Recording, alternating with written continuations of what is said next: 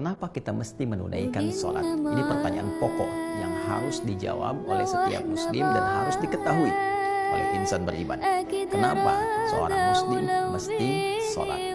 Baik teman-teman sekalian, barangkali akan ada banyak jawaban kita temukan, baik dalam hadis-hadis Nabi Sallallahu Alaihi Wasallam, juga dalam Al-Quran, tentunya dari paparan ulama yang sampai kepada kita. Nah, kalau kemudian kita kumpulkan semua itu dan kita kristalisasikan, maka ada turunan-turunan jawaban yang sangat dalam, yang bahkan menantang kita untuk membuktikan keyakinan kita di hadapan Allah Subhanahu wa Ta'ala.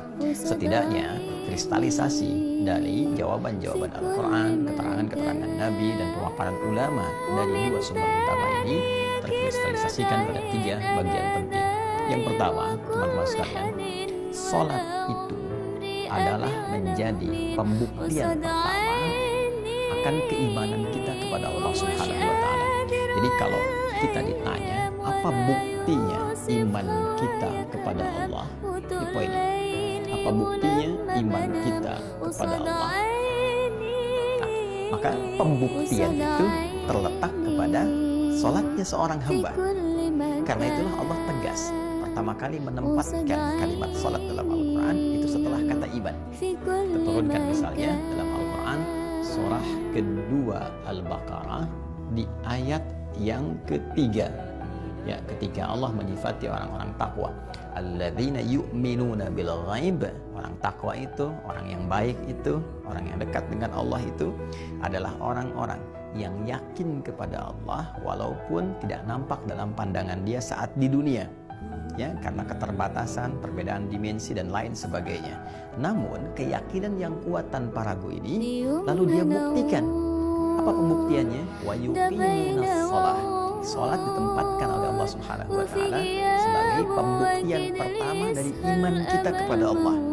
Jadi kalau seorang ingin diketahui apakah dia beriman kepada Allah, benar-benar dia punya iman, maka pembuktian pertamanya itu terletak kepada sholatnya. Bisa dilihat dalam sholatnya.